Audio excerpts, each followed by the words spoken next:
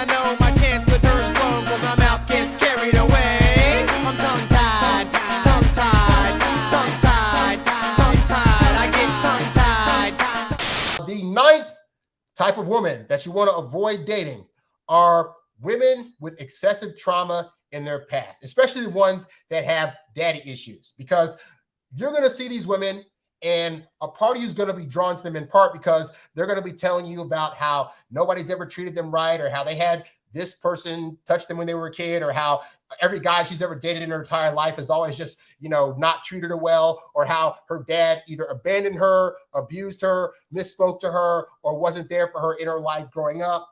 And so when we hear these stories, you might think, oh man, I want to be able to be the one to show her that I'm different from all the other guys out there.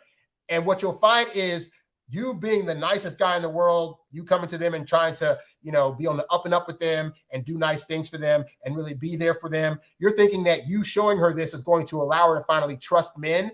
But I have found that women with excessive trauma always have the lens of, this guy is eventually going to hurt me like all the other ones have. And if you don't, what will happen is she'll say, this must be too good to be true. And she'll actually get more anxious and more nervous because she'll constantly be waiting for the other shoe to drop. And if it doesn't, then she'll start doing things or accusing you of things that as if the shoe had already dropped, because in her head, this can't go well.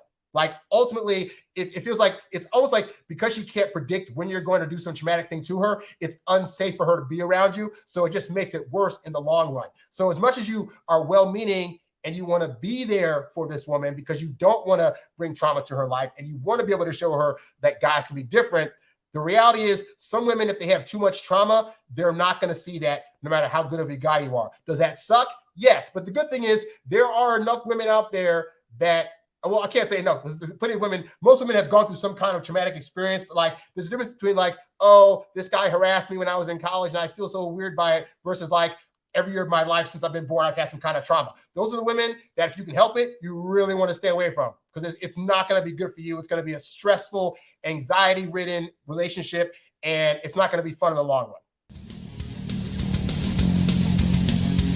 Thanks for listening to the Introvert Dating Success Podcast. Visit us at introvertdatingsuccess.com for more great tips on attracting women using your natural introvert charm. Oh, yeah.